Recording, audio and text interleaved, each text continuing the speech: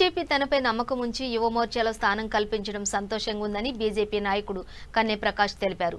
భారతీయ జనతా యువమోర్చా నూతన కమిటీలో కార్యవర్గ సభ్యుడిగా ఎంపిక చేసిన సందర్భంగా హస్మత్పేట అంబేద్కర్ కూడలి వద్ద స్వీట్లు పంచి సంబరాలు జరుపుకున్నారు. ఈ సందర్భంగా వాహనదారులకు వినూత్నంగా బటర్ మిల్క్ పంపిణీ చేశారు.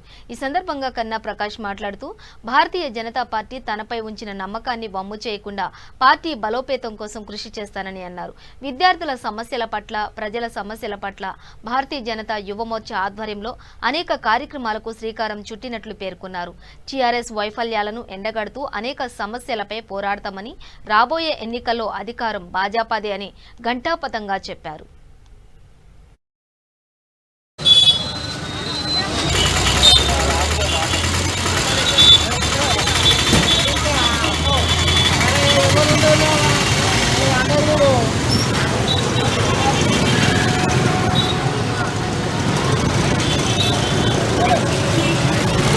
ఎట్లనైనా పోరాడతానంటున్నాను.